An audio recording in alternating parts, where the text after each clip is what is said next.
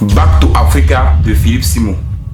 Réelle opportunité ou business. Je sais que beaucoup de personnes qui vont voir cette vidéo, les fanatiques de Philippe Simon, ils vont partir en commentaire, mettre des commentaires insultants, des commentaires désobligeants. Les amis, dans cette vidéo, je ne vais pas insulter Philippe Simon, je ne vais pas parler mal de lui, mais je vais faire une analyse de son événement Back to Africa.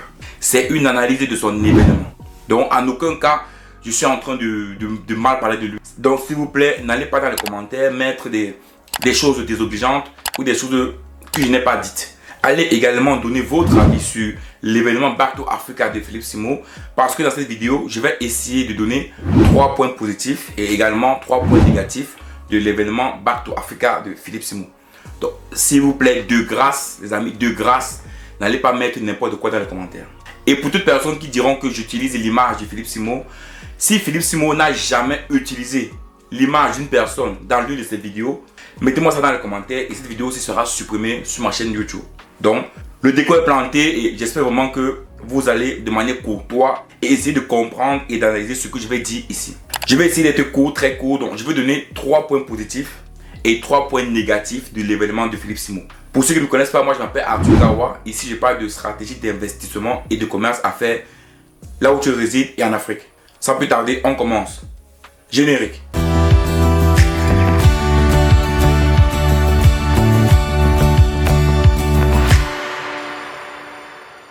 Comme je disais au début de cette vidéo, on va commencer par les 3 points positifs. Pour moi, le premier point positif de l'événement Back to Africa de Philippe Simon est que son événement peut être très intéressant pour des personnes qui ont déjà commencé à entreprendre en Afrique. Je vous dis pourquoi. Parce qu'une personne qui entreprend déjà en Afrique, ce type d'événement va lui permettre de facilement rencontrer des personnes qui peuvent l'aider à croire son business. Et comprenez une chose, quand tu vas dans un événement comme celui de Philippe Simon, c'est important de pouvoir déjà cibler les personnes ou le type de personnes que tu vas rencontrer. Parce que l'événement du 2 jours, donc franchement, il faut déjà préparer le ciblage. Si par exemple tu fais dans l'agriculture en Afrique, ou bien dans l'élevage, ou bien dans l'immobilier, je sais pas quoi, cible déjà tes besoins.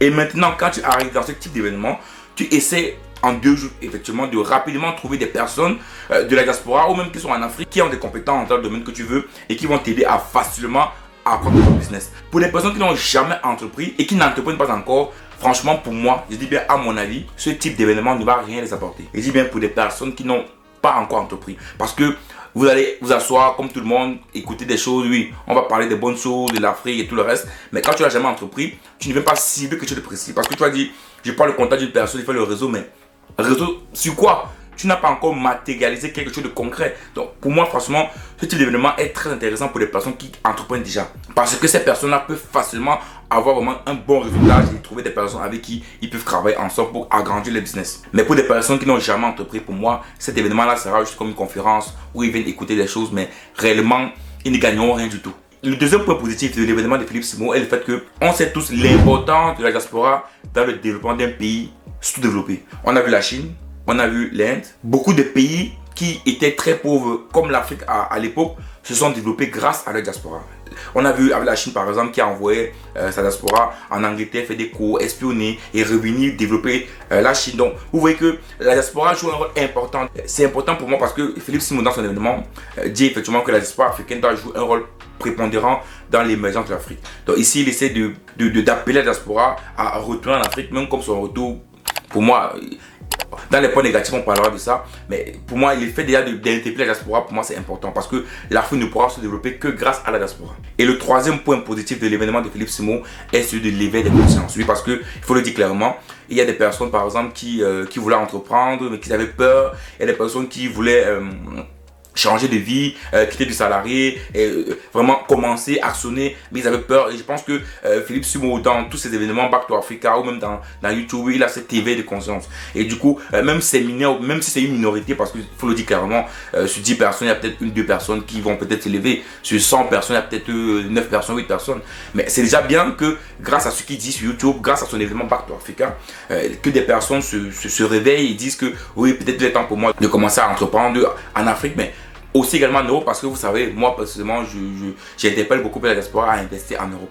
Et je pense qu'à la fin de cette vidéo, je vais le dire rapidement. Donc si tu arrives à la fin de cette vidéo, je vais te dire clairement ce que moi, je suis en train de mettre en place en Europe. Voilà les 3 points positifs de l'événement de Philippe Simon, Back to Africa. Donc c'est le fait que les personnes qui investissent déjà, donc ça leur permet d'avoir un bon résultat. Deuxièmement, la diaspora a un impact fort sur les économies des pays, ça on le sait déjà. Et troisièmement, c'est l'éveil des consciences. Après avoir dit ces 3 points positifs, on va aller au niveau des points négatifs. Je vais également donner 3 points négatifs de son événement. Pour moi, le premier point négatif de l'événement de Philippe Simo, il commence par interpeller la diaspora, mais normalement il doit commencer par interpeller les dirigeants africains. Parce que, à mon avis, vu le nombre d'abonnés de Philippe Simo sur YouTube, sur Facebook et partout, moi je pense qu'il est juste sûr que Philippe Simo est suivi par des dirigeants africains, il est suivi même par des présidents africains. Moi je suis sûr parce qu'avec près de 1 million d'abonnés, je pense qu'il a déjà atteint un niveau de notoriété que sa parole peut compter. Donc moi je pense que vu son niveau de notoriété, il peut déjà interpeller les dirigeants africains de préparer, de mettre en place des organismes ou des structures d'organisation qui permettent à la diaspora de facilement venir investir. Donc pour moi, Back to Africa, rentrer à la diaspora, rentrer en Afrique, commence d'abord par dire, j'ai vu les dirigeants africains en Côte d'Ivoire, machin, je suis en train de préparer, c'est pas, on est en train de travailler sur peut-être une organisation, un organisme qui va permettre à ce que la diaspora africaine qui vient investir en Afrique puisse investir dans les bonnes conditions. Parce qu'il faut le dire clairement, pour nous qui investissons en Afrique, moi qui investis en Afrique particulièrement, je sais ce que c'est qu'investir en Afrique. Les difficultés d'investir en Afrique, je vous assure que ça ne rigole pas. Et comme par exemple en Inde, vous avez vu que l'Inde a par exemple créé une police juste pour la diaspora. Donc par exemple, si un membre de la diaspora, une personne de la diaspora venait investir en Inde et qu'il avait un souci financier ou avec une personne, il ne passait pas par la police de tout le monde, mais il y avait une police spéciale qui était juste mis en place pour la diaspora et qui intervenait rapidement. Vous voyez que toute cette facilité-là permettait effectivement à la diaspora de venir investir parce qu'ils savaient déjà que même s'ils ont un problème, il y a une police spéciale qui les permet de pouvoir facilement interpeller les personnes par exemple qui les ont escroqués et de trouver des solutions pour qu'ils puissent investir dans les bonnes conditions. Donc je pense que Philippe Simo, avant de commencer à dire Back to Africa, il devrait pour moi commencer par dire aux dirigeants africains, vraiment vu sa notoriété, commencer par faire des réunions avec les dirigeants africains pour dire il faut mettre en place quelque chose qui permet aux Africains de vraiment investir dans les bonnes conditions. Pour moi, je pense que c'est ça le premier point négatif, c'est que de commencer par Back to Africa commence par à permettre à ce que la diaspora puisse investir dans les bonnes conditions. Le deuxième élément clé pour moi ici de son événement, pour moi, après c'est un point négatif, mais point négatif c'est le rapport connaissance. Oui, parce que faut le dire clairement, il y a le rapport connaissance. Parce que j'ai essayé de voir un peu les prix de son événement. C'est vrai que pour participer, ça commence à coûter 500 €. Mais j'ai vu ça monter jusqu'à 2 000, jusqu'à 5 000 €. Et du coup, je me demandais bien, est-ce que le rapport prix connaissance est vraiment intéressant? Parce que quand on va dans un événement comme pour Philippe Simo, qu'est-ce qui prime? C'est la connaissance ou bien c'est le réseautage? Parce que là, il faut être clair. Parce que pour moi, un événement comme ça, on n'apprend pas grand-chose. Parce que les gens viendront vous dire ce qu'ils ont fait, pourquoi l'Afrique est intéressante, pourquoi ils font investir en Afrique. Voilà, on connaît tout comment ça marche. Ils vont vous dire les conférences, les bonnes paroles, ce qu'ils ont fait et tout le reste. Mais en fait, dans ça, on ne gagne pas vraiment de la connaissance. Parce que même sur Internet, tout ce qu'ils diront là-bas, vous les avez sur Internet. Sur YouTube, vous allez voir tout ça sur YouTube. Les conférenciers, les personnes qui ont réussi et qui parlent tous les jours. Mais ce qu'on gagne beaucoup plus, c'est le réseautage. Mais est-ce que le prix par rapport au réseautage est intéressant? Comme je disais tantôt, pour une personne qui entreprend en Afrique, oui, ça peut être intéressant pour lui. Mais pour une personne qui n'a jamais entrepris, qui n'entreprend pas en Afrique, pour moi concrètement, le rapport prix-connaissance, voilà, c'est pas intéressant. Pour moi, je trouve que c'est un peu plus cher. C'est un peu cher parce qu'il faut donner la possibilité aux gens de pouvoir participer aux événements. Mais compte tenu du fait qu'il faut payer la salle, il faut payer les billets d'avion des invités, il faut peut-être payer des royalties aux invités. Donc ça peut supposer qu'il faut de l'argent. Donc c'est normal qu'ils mettent des prix. Mais je me dirais peut-être qu'ils pourraient le faire dans une salle. Peut-être pas énorme, peut-être moyenne, mais permettre vraiment à beaucoup de personnes de venir dans son événement. L'un des points négatifs pour moi, c'est qu'ils pouvaient choisir une salle peut-être qui est vraiment moins chère, mais qui donne la possibilité à beaucoup de personnes de venir pour peut-être avoir du réseautage. Et je dis encore des personnes qui entreprennent déjà. Donc pour moi, c'est un peu, je pense, le rapport prix connaissance ou bien réseautage, pour moi, n'est pas équilibré. En tout cas, à mon avis. Et enfin, pour moi, le dernier point négatif de son événement, c'est comment faire le réseautage avec 4000 personnes dans un événement. Comment est-ce qu'en 2 jours, avec 4000 personnes dans une salle, tu peux faire un réseautage? Pour moi, je pense, c'est à mon avis, qu'il est très difficile parce que de faire le réseautage avec 4000 personnes dans une salle. C'est pour ça que j'ai vous dit au début qu'une personne qui vient d'un événement comme ça, normalement, doit déjà cibler les personnes avec qui il veut travailler. Donc pour moi, ça devait être très important. Donc, je ne sais pas si c'est fait ou pas. Bon, je n'ai pas vérifié ça.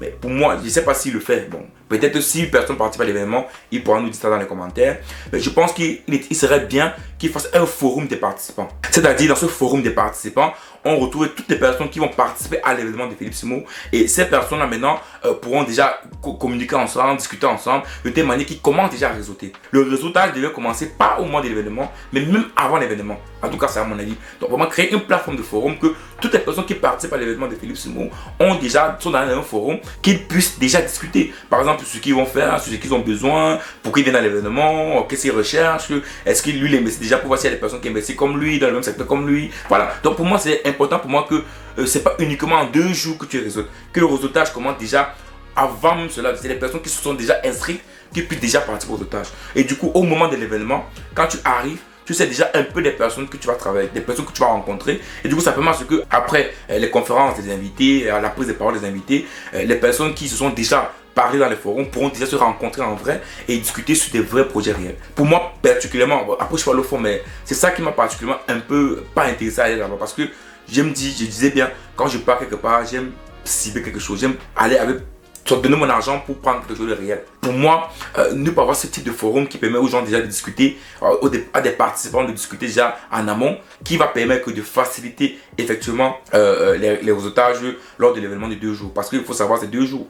Donc, c'est pas très long. Donc, voilà un peu ce que je voulais dire sur les points négatifs et les points positifs de l'événement de Philippe Simo. Donc, pour moi, concrètement, cet événement-là, hormis d'être, oui, Back to Africa, c'est aussi du business. Parce que n'oubliez pas que c'est aussi du business. Donc c'est normal aussi qu'il se fait de l'argent. Donc pour moi, dire que c'est une arnaque, pour moi non. C'est du business. Et quand on a tout business, tu mets tes prix et puis il y a des personnes qui participent, d'autres qui ne participent pas. Donc ici, il dit que Philippe Simo a fait de l'arnaque. Non, moi je suis pas pour ça. Il fait du business, profite du fait que les espoirs veulent rentrer en Afrique. Du coup, il essaie de créer un réseautage, de créer un business dessus. Ce qui est normal. Donc il n'oblige personne à venir. Mais pour moi, cet événement devait être plus porteur. Si l'intérêt à l'intérieur, le fait que c'est important que les personnes puissent déjà prendre réseauter avant même de se rencontrer. Et enfin, moi, je suis en train de mettre en place un club business en Europe pour les personnes qui veulent investir en Europe. Parce que pour moi, il est important que des personnes commencent par investir là où elles résident avant d'investir en Afrique. Pourquoi? Parce que avoir de l'expérience dans l'investissement est important. Si tu pars entreprendre en Afrique et que tu étais salarié en Europe, tu as 90% de chances de rater, de perdre ton argent parce que tu n'as jamais entrepris. Une personne qui n'a jamais entrepris, je vous assure, c'est très difficile. C'est vrai que l'Europe et l'Afrique c'est différent, mais quand tu as déjà entrepris, tu connais un peu les difficultés d'entrepreneuriat et c'est beaucoup plus facile pour toi de comprendre les points éléments, les points clés de l'entrepreneuriat et aussi de connaître que quand tu entreprends, il n'y a pas un temps limité. Voilà. Parce que les gens qui partent entreprendre en Afrique, ils sont salariés, donc ils ont l'habitude de travailler 8 heures. Et quand ils partent, ils ont toute cette habitude-là. Alors pourtant, quand tu commences à entreprendre, même en Europe, tu perds non seulement cette habitude-là, mais tu es aussi préparé à l'adaptation. Parce qu'un entrepreneur, c'est une personne qui s'adapte à différents environnements, à différents problèmes. Donc c'est facile pour toi de comprendre l'environnement africain et de pouvoir t'intégrer facilement dans tes différents projets. Mon club business va voir le jour le 1er janvier 2024. Et bientôt, vous aurez les modalités via un spot, via des documents pour des personnes qui veulent intégrer le club business. Vraiment, c'est pour investir en Europe dans beaucoup de projets différents. Si vous avez un doute sur ce qu'on peut faire en Europe, vous allez voir mes vidéos précédentes, vous allez voir, il sorti beaucoup de vidéos sur des projets qu'on peut faire en Europe. Et je pense que ce club business là sera un club vraiment fort. J'ai commencé cette vidéo par dire qu'on ne sera pas long. C'est vrai, la vidéo peut-être sera peut-être 12-13 minutes. Mais bon, c'était important pour moi de dire ici clairement aux gens que Back to Africa de Philippe Simo peut être un événement bien. Mais je trouve que, comme tout événement, il a également ses points négatifs. Ciao!